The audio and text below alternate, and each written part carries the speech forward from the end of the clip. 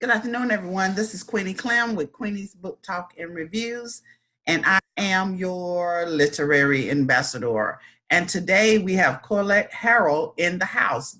Welcome, Colette. Well, thank you so much for having me. I'm so glad to be here, snafus and all. We made it. Yes. Tell us a little about yourself.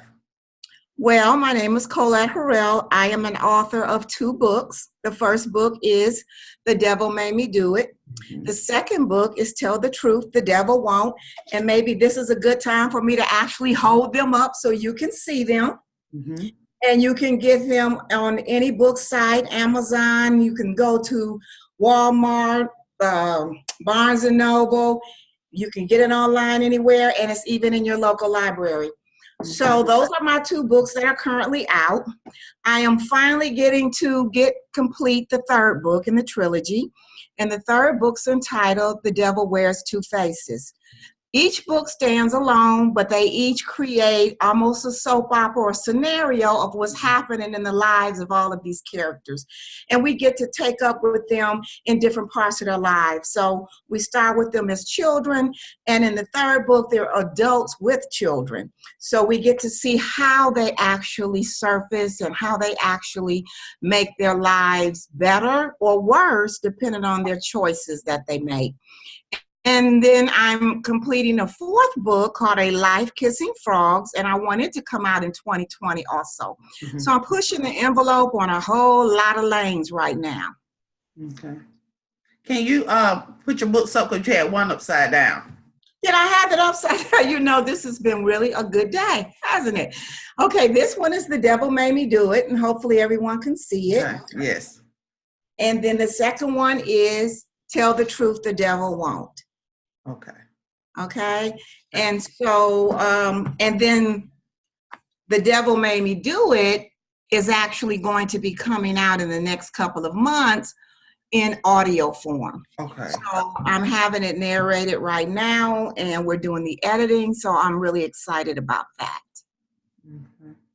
What is your genre? Inspirational Christian fiction. I don't try to do topics that I don't think our readers are actually living. So even though it's inspirational fiction, it's very real and very in touch with what people go through on an everyday life, everything that they live day to day. Oh, okay. When did you first realize you wanted to be an author? Oh my goodness, probably when I got chicken pox when I was 16 years old. And I wanted no one in the world to see me, because if anyone knows, the older you are when you have chicken pox, the worse you live, the worse you look. So I was walking around looking like a mini ogre. And so I began to write, and I would put what I wrote in the mailbox, and my friends would pick the mailbox up, get what I read, add to it, and put it in my mailbox for the next day. So I began to write and found out, hey, I love this. This is a great story. And I think I tried to write something early in my life for Essence and never heard from them again. And it kind of stopped me. So I want to say to people right now, never let a no stop your dreams. Mhm. Because I came back later on and wrote my first book. And it took me 2 or 3 years to do it. But the first agent I sent it to actually took me on as a client. So please don't stop pursuing your dreams. Do whatever you need to do to make what you feel you can do happen. Okay. How long did it take you to write a book? Well, this first book, it took me probably about 2 to 3 years to actually go from the concept to actually write it. And then I had a wonderful mentor in Victoria Christopher Murray, and she got the book and edited the book for me. And so probably by the time I got it back, I spent another 8 months editing what she had gone through. I knew nothing about writing, hadn't taken any classes, kind of a seat on your pants, didn't know about outlines, any of that. And so her instruction and intervention was God sent. And the same book that went to her wasn't the same book that went to the publishers, thank God. Oh, what is your work schedule like when you're writing? Well, I have a real 9 to 5 kind of job, and so sometimes that can be difficult. And I'm also a manager, so I'm over quite a few people. So when I'm actually in the midst of writing, I am actually writing every single day, sometimes where I'm bumping into walls because once I get in that room and start typing, I'm typing at 2 and 3 a.m. in the morning, and then I'm getting up and going to work. Wow. Unfortunately, some of those days you call in on a vacation day and you keep on moving. Yes, yes. Where do you get your information or ideas for a book?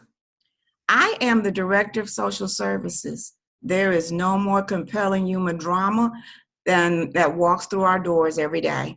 And I get to talk to people in the midst of crisis, in the midst of drama, in the midst of triumphs, in the midst of overcoming every day. So just talking to people, just listening to people, hearing their stories and really being sympathetic to their cause helps me to sit down and say, and I don't tell their exact stories, but it starts me on the lane of what I'm going to end up writing. What do you do when you're not writing? You know, it's kind of difficult because writing, once you start writing a book, it kind of takes you into all the genres that go with that. So you're doing book signings, you're doing public events, you're also looking at ways, for instance, we're doing the audio for this, for the Devil Made Me Do It.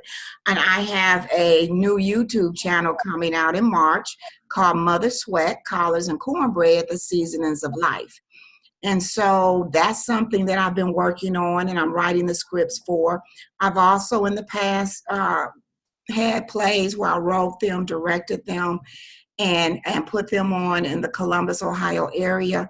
And so when you're creative, you kind of never really stop. You're always working on something. I was also head of our drama department at church for our drama ministry. So you're kind of always doing something that has to do with the creative world. Oh. What do you think makes a good story? I like layers.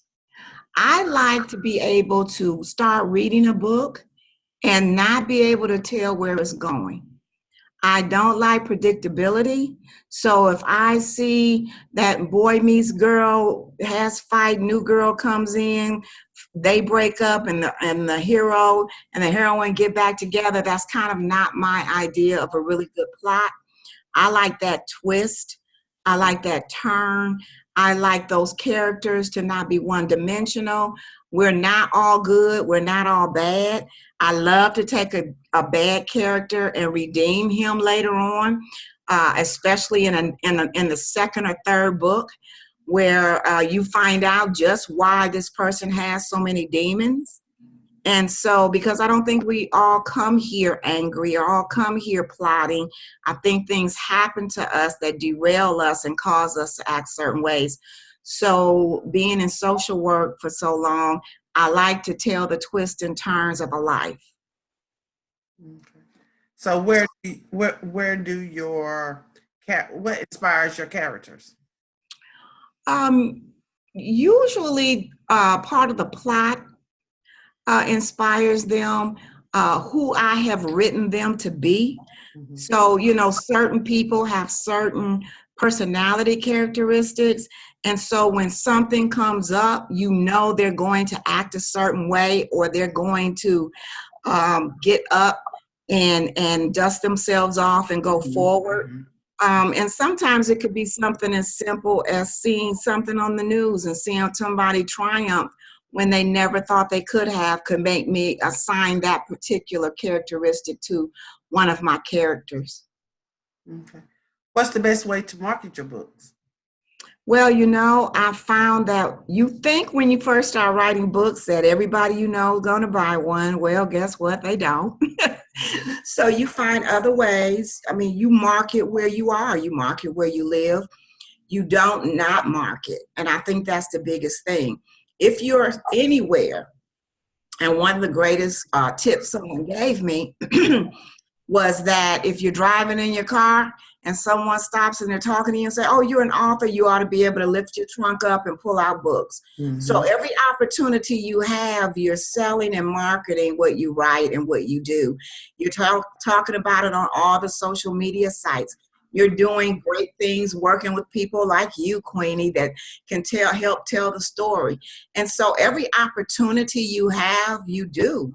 And what you find is it's not one particular thing that does it. It's everything together, you know, and so you never stop. I think the easy part is sitting in your room writing the book. The hard part is getting the book into people's hands. How do you feel about reviews, and how do you deal with good and bad reviews? You know, it has been a learning experience. When you first put your baby out there, nobody wants to hear their baby ugly. You know, nobody wants to be like, oh, is that a monkey? You know, you're like, no, that's my baby.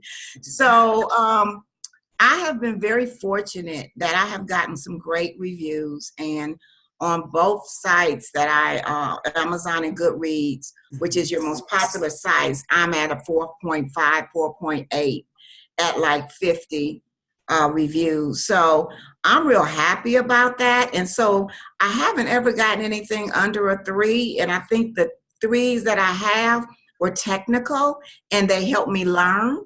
So I will never, ever again put a car in a year that the car wasn't invented yet, because you think people are not watching, but yes. They are. So I've learned. So I take it as constructive criticism and I go with that. Yeah. Do your family support you as an author? They absolutely do. My husband is great. As I was running around finding out we're not doing an audio interview but a video interview, he's throwing himself out of the way. I'm in the kitchen. He was in here. He came and got everything he was about to eat and ran out so I could set this up. And so he's always in my corner. My children are always in my corner. If I do something in Columbus, which is my hometown, they are always there. And many times, either one of them, my daughter or my husband, goes on the road with me. So they're super, they're doing the square and they're taking sales and they're talking up the books. And so I'm really proud that I have people that support me totally. What is your testimony? Oh my goodness, how many testimonies do you get? Because I have so many over my life. I've been an overcomer. Like I said, I started off as a writer and got knocked down and let fear stall me. But here I am in my latter years. And I don't want to be too biblical, but the Bible says your latter shall be greater. And here I am at this age writing and touring and doing a Mother Sweat YouTube and learning things that I didn't feel I would learn at this age. So my testimony is the dream doesn't die. The dream doesn't have a date stamp. The dream doesn't stop because you've gotten a certain age. And so my testimony is get up and keep doing it. Trust yourself, trust the process, believe in it. Don't let people stop you. Do who you feel you were meant to be. Yeah, that's my testimony. All right. What motivates you to write? Telling a good story. I love to read, and I don't know too many writers who don't love reading. I think in order to be a writer, you have to have this innate love for the written word. And so I'm motivated by other people's good books. I'm motivated about hearing about someone and wanting to tell that story, maybe give it a different ending, especially if it was a tragic ending. I'm motivated by the happily ever after. I think we turn on the news in this climate and see enough. And so I may have the twists and the turns and the layers, but by the time we get to the end, I like to resolve it in an uplifting way. So that motivates me. It makes people feel better. It makes people feel fulfilled. No one wants to get at the end of the book and they crying and go to bed tossing and turning because it hurt their feelings what the characters did. So I like the happily ever after. That might be a little smoozy or smosey, people may say, but I loved it. What has been your best accomplishment thus far? Oh my goodness, I don't think I've seen it. I think my best accomplishment is stepping out to challenges. And I think when I did my first book, I felt that was my greatest accomplishment outside of my marriage and my children. Mhm. I think in my career, I've done great in social services. I'm a director. Right now I have about 27 people that report to me. So those things, of course, in my professional life are wonderful. But I think in the creative field, every book I do becomes my greatest accomplishment. And now that I've finished my Mother Sweat YouTube and I've stepped out to do something different that I've never done before, and I'm even studying on how to have a YouTube channel, I think that's now in this era, right this minute, becoming my greatest accomplishment. But if you ask me in 6 months, I'm hoping to tell you something else. Okay. What events do you have planned for this year?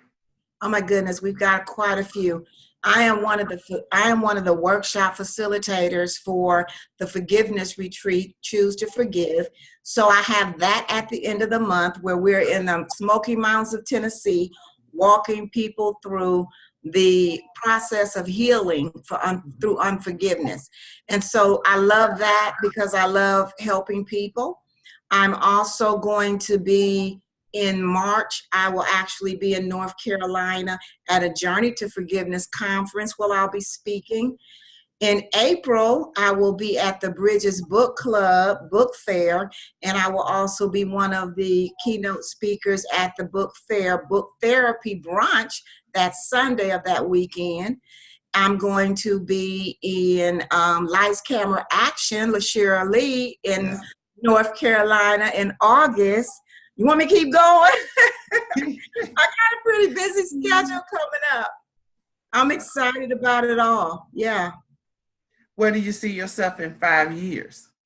Oh my goodness. I see myself healthy.